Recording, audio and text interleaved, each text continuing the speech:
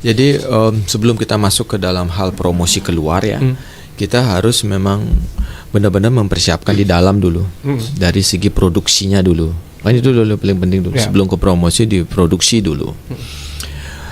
Satu hal yang harus kita lakukan adalah promosi di dalam dulu. Bagaimana mensosialisasikan apa produksi kita itu kepada masyarakat, utama generasi muda ini, sehingga mereka menjadi bangga dulu dengan produk yang kita akan promosikan. Itu dulu.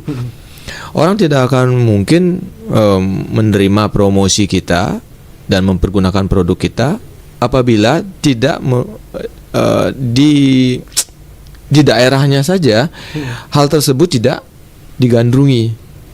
Jadi proses sebelum promosi keluar, promosi di dalam dulu, sosialisasi di dalam dulu.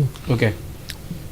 Karena itu sangat penting dulu, harus kuat dulu di dalam. Makanya prosesnya seperti sekarang kan bagus, ada proses yang berkesinambungan ya, dengan pelajaran seni.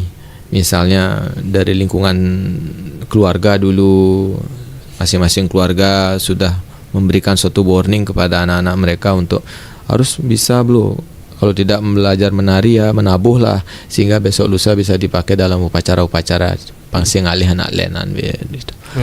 Lalu yang kedua sudah masuk di lingkup sekolah, kan ada muatan lokal ataupun ekstrakurikuler seperti itu.